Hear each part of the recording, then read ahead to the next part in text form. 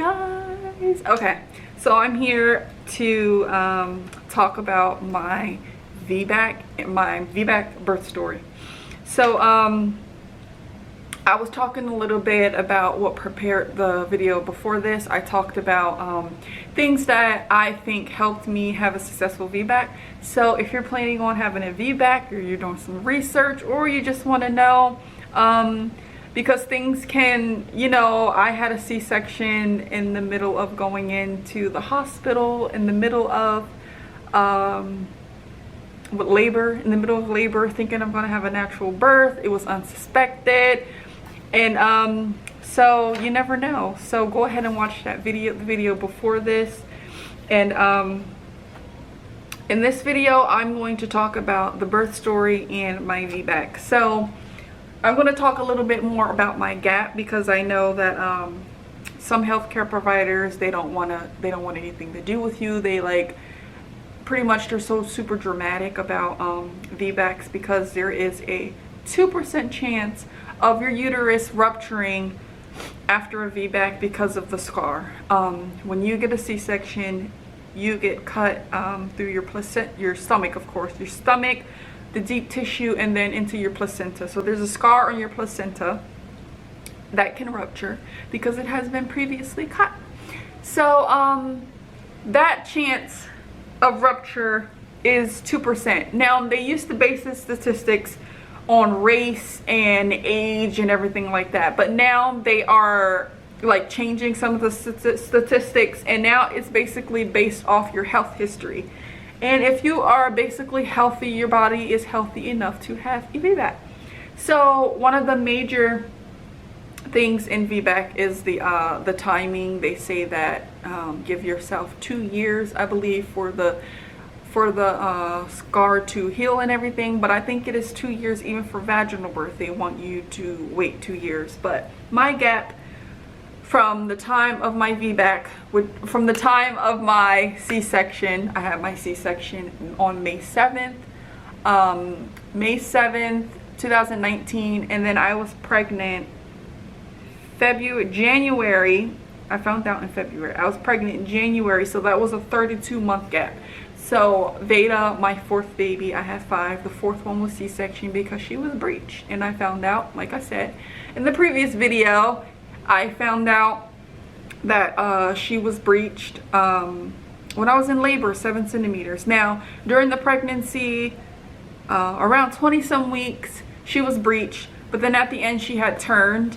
And then from the end of the pregnancy into going to give birth to her and everything, she had turned back down. So it was unexpected. So yeah, she was breached, and that's the only reason why I had the VBAC. I mean, that's the only reason why I had the C-section. But my gap, like I said, was 32 months. So she was a little over 2. And then when I had him in October 2021, she was 2.5. So that was my gap. I know a lot of people want to know the age gap and everything like that. So my birth story, let's get a little bit more into the birth story and how my VBAC went. So let's see. So the end of the pregnancy, when I went into labor and everything, it wasn't like the labor with my son was not like the girls. So I have 4 girls, and the first one, my water broke. Second one, I started having contractions. Third one, water broke. Fourth one, water broke. So all of the waters broke except my second pregnancy. I started having contractions. So with the baby, I was laboring over days. So I'm in my 9th month. I am having sporadic contractions were all over the place. I'm going to the OB, you know, when you get down to your going every week now. That's the point I was at 8 months. So I am laboring over time. Get to the 9th month, the contractions are like so intense. I would have intense contractions. So it's getting to the end. I'm trying to help my body you know, progress and everything, try and bring him down a little bit. So I'm walking, I'm doing some exercising and stuff like that. I'm doing some squats just to get the contractions moving. So maybe that helped, but every time I would go to the doctor, I would be like a centimeter. So I was closed. I was completely closed. I'm always completely closed during all my pregnancies. So I went back to the doctor for the checkup. I was 1 centimeter dilated. Then went back the next week, I was 2 centimeters dilated. Went back the next week, 3 centimeters dilated. So I was dilating a centimeter every week, and it was horrible. So I know that some people say, oh no, just having your water break and trying to compare labors. I think the worst one was this one. Laboring over days is the worst. Okay, I would have rathered my water broke and just going to go have the baby, or just having the consistent contractions and gonna go have the baby. That was not the case. I was laboring over days, and it was the worst. You guys, it was horrible. So like I said, I was dilating a centimeter every appointment he would check me. So we get to, we know that we're having a VBAC and everything. We get to, my last appointment, I was at a 4 centimeters. So he's like, come back in on Monday. It was 3 days or something like that. And he told me that he was going to schedule an induction. So I'm in I didn't want to argue with him or nothing like that, because I'm in my 9th month. I go somewhere else. Who's going to accept me? I'm having a VBAC. He's the only VBAC supportive OB/GYN in the area. So I'm like, no, I'm not going to argue with him. I'm just going to agree. So I agreed to have the induction. In the office, I agreed to the induction. So I get home and I'm like, I'm not having the induction. He wants to induce me. I don't want to be induced, even though I was miserable as hell. I don't want to be induced. So they say, statistics say that when you are having a VBAC, your chance of it being successful is to not be induced. They have had studies, they did studies and everything. So I researched before having my VBAC, and I just didn't want to be induced. Like, I let my babies come on their own, and they come. So my body goes into labor. It has 4 pregnancies, and the 5th one, I just wanted to wait. So I was 9 months, but I wasn't overdue or nothing. I think I was like 38, 39 weeks, and I'm like, no, I'm not being induced. So I ended up just missing the appointment.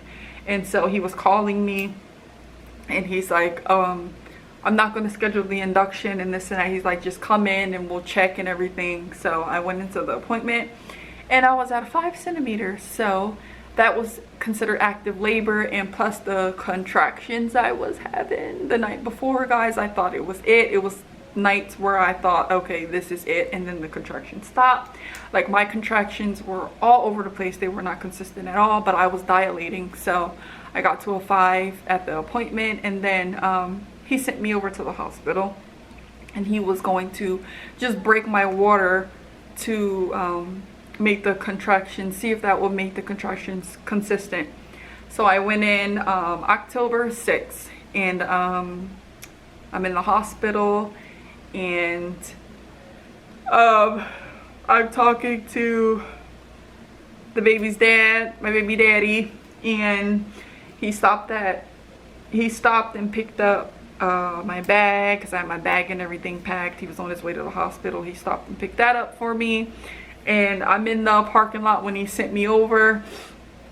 Guys, I was so scared. You know, I'm having a VBAC, and I'm scared to go. I'm scared anyway during all my pregnancies. When it gets to that labor point, I'm just like, because you never know what could happen. You know, giving birth is a scary thing. So yes, I was scared, and knowing this was a VBAC, like, it's a scary thing. So I'm sitting in the parking lot, and I started bawling. I started crying, and I was texting my sister, and she's like, you got this and everything's gonna be okay. I just needed a pep talk. So I'm sitting in the parking lot of the hospital, and I'm just having my moment. I'm just looking at pictures of my kids, and I'm super nervous. I'm like kind of shaking a little bit. So I go up and they get me prepped and everything, and I'm in the hospital. I'm in the bed and everything. And this is how bad these people are with VBACs, and why I say in the other video, if you didn't watch, go and watch it, why I say you have to have support.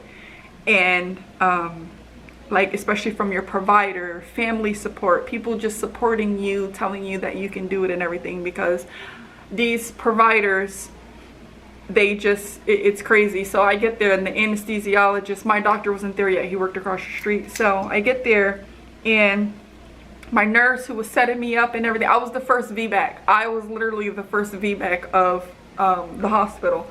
So they were like, yeah, we're kind of scared. This is what they're telling me. I'm scared. I'm in labor here. Why are you trying to scare me? I'm having a VBAC already, and I'm scared, and you're not going to sit here and scare me on top of that. So my nurse was setting me up, and the anesthesiologist, she was a lady also. She came in, and she's like, do you want me to just, my nurse, first off, my nurse was giving her all my information, and she's like, it's a VBAC. And then they looked at each other, and they were like, so I'm sitting over there in the bed. My water has been broke yet. I'm getting prepped and everything. So I'm sitting over there, I'm just watching it, and I'm like secretly shaking. I'm scared the fuck. Excuse me, I'm scared to death. So they were talking and getting my health information and everything, and she's giving her my folder and running the rundown. And so they're like, are you sure you want to do this and that? And I'm like, yeah. They were like, you know, you can decide. And I'm like, I already made my decision. They were like, you can change your mind and this and that, like trying to get me to not have a VBAC. And I'm like, yeah, I already made up my mind. And they were like, okay, do you want an epidural? No, I don't.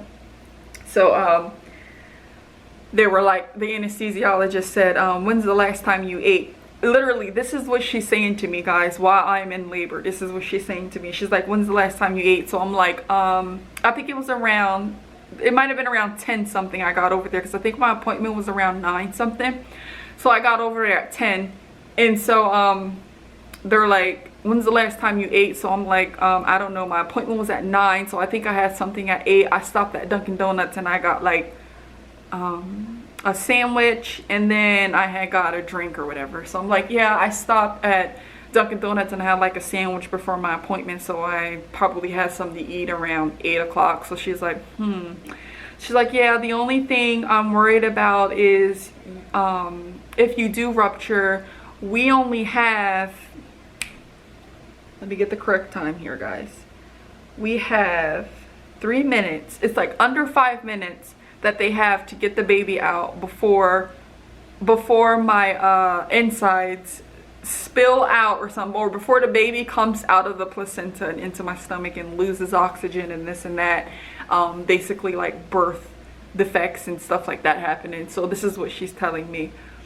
She's like, yeah, and if I have to put you to sleep, you might asphyxiate, and that's like throw up what I ate. And being as though you ate at 8 o'clock this morning, that's not enough time, because we don't suggest that you have anything to eat before surgery. And I'm like, well, I'm not having surgery. So she's like, yeah, my only thing is that if I have to put you to sleep, if you do end up rupturing and I have to put you to sleep, you might asphyxiate while you're I'm not even sure if I'm saying that right. Asphyxiate, I don't even know, but anyway, basically throw up while I am under. So she's like, let me just place the epidural in your back. Can I just place it, and then we'll go from there and everything? And I'm like, no, I really don't want that. So she was like, okay. So she walks away, and here's my nurse. Are you sure? Giving me the pep talk. Are you sure you want to? Giving me the statistics of everything that can go wrong, but not telling me what could go right. So she's like, are you sure? Because we've never had this is my first VBAC. We've never had blah, blah, blah, and this and that. I mean, she is telling me the worst things. So after being terrified and scared by the anesthesiologist and my nurse, my doctor finally comes over, and he's like, yeah, this is my VBAC. You know, he's like, he's confident, I'm confident, he has confidence in me, and he's like, yeah, she can do it. He's like, yeah, she can do this. This is my VBAC. So he assured all of them or whatever, so we got things going. So after that, sorry guys, I'm trying to remember, this was 6 months ago. So after that, what happened? I'm talking to Xavier the whole time, and my sister and everything. My kids were texting me, and I was missing them so much, and I was so worried. And then Xavier got there with my stuff, and what happened from there? Doctor broke my water, and then we went from there. He broke my water. I wasn't on anything else. That's all he did. He checked me. I was at 6. So he's like, let's see what this will do. So yeah, he broke my water, and we just waited from there. And I'm just laying around, and my nurse is checking me every so often, and she's like, yeah, he still feels like way up there. I'm having like strong contractions at this point. And she's like, yeah, he feels so much up there. It doesn't feel like you're progressing and blah, blah, blah. So a few hours went by. My doctor comes back over and he checks me. He's like, no, she's at my nurse, the one who tried to scare me off, was saying that I wasn't progressing, and I was still at a 6 centimeter hours later. So then my doctor comes in and he checks me. He's like, no, she's at about a good 8. So my mom was there at this point. My mom was there, Xavier was there. Those were the 2 that were there when I gave birth. So he's like, no, she's at a good 8. She's about to have this baby anytime now. So my nurse over here like looking dumbfounded and everything. So he came in. Oh, before all that, he came when he broke my water. He was telling them what to do. This is my OBGYN, and he's the best. If you're ever in the area, in Florida area, Dr. Wendell Courtney, older guy, but that's his office. He's great. He's awesome. So yeah, what happened at this point? So yeah, he broke my water, and he was telling the nurse and everything what to look out for, and he's asking them, if she is to rupture, what do you look for? You know, he's making sure that they know that they're on their game. He was completely awesome, guys. I couldn't have asked for anyone better. So hours later, laboring and everything, I was at 8. And then what happens? Oh, he said that my contractions were still not really consistent and still not really there, even though I was in the worst pain I could feel. So he's like, no, give her some Pitocin. And I know, guys, if you do your research, Pitocin is the worst. So I'm laying there and I'm like thinking, if I have Pitocin, you give me Pitocin and you stop my progression and I'm gonna have to have a C-section, I'm gonna want to kill you. So he's like, give her some Pitocin. So my nurse actually said to him, this is a VBAC, why are you going to give her Pitocin? So he's like, they stepped out in the hallway, and I don't know what they were saying, but basically I ended up getting Pitocin. So he started the Pitocin. I was at a 7 or 8, I can't remember. It was a 7 or 8 centimeters. So he started the Pitocin, and there it went. It went from there, guys. It went from there. I'm sitting over there. Xavier's trying to have conversations with me. My mom ran downstairs because I don't know what she was doing something with my sister. My sister was dropping something off to her or something like that. I don't remember. But from the time my mom went downstairs, from the time she was coming back up, I was pushing. So Xavier's talking in my ear and asking me, does something look right? I'm sitting over here chewing on ice. Guys, I was taking my anger out on ice. I kept asking for cups of ice because I didn't have any pain meds. So I'm just sitting here like chewing down on the ice. So I ended up making a mess on myself with the first push. So I'm like, you know, you get that urge to push or whatever. So I pushed, and there it went. So I cleaned up and everything, and the nurse called for the doctor. I'm like, I'm pushing, go and get the doctor. So Xavier runs and goes and gets the nurse and lets them know that I'm pushing. They all run in, and you know what happens from there. A bunch of people coming in, and I pushed a couple times, and I got him out really fast. I got him out, and I'm going to show you guys some pictures, but I got him out really fast, and I was just so happy. I was so blessed that everything went well, and I had a successful VBAC. It was so amazing, guys, and I would recommend to have your VBAC. If you are healthy, your baby is healthy, and you're able to do it, I would 100% recommend you go for your VBAC because it's better than the C-section. The C-section for me was really bad.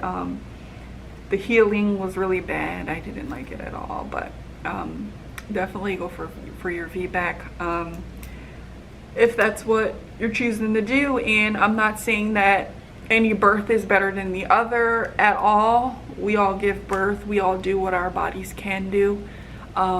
As long as we're healthy, our babies are healthy, you know, you go from there. But I was really happy that I got what I wanted. I got my VBAC, and I was healthy, baby's healthy, so it's all good. So give me some comments, guys. Comment some birth stories. I want to hear some birth stories. I love birth stories. So I remember each and every one of mine. So comment some birth stories when you had your babies and everything, if you had VBACs. And I hope this helped for anybody who is scared. And like I said, I just want to shed some light on VBACs. A VBAC is vaginal birth after cesarean. If I did not mention that, that's what VBAC stands for. So thanks for watching. Leave me some comments. Give me some thumbs up, people. Thank you. And stay tuned for the next one. You guys are about to see my baby. Thanks for watching, guys.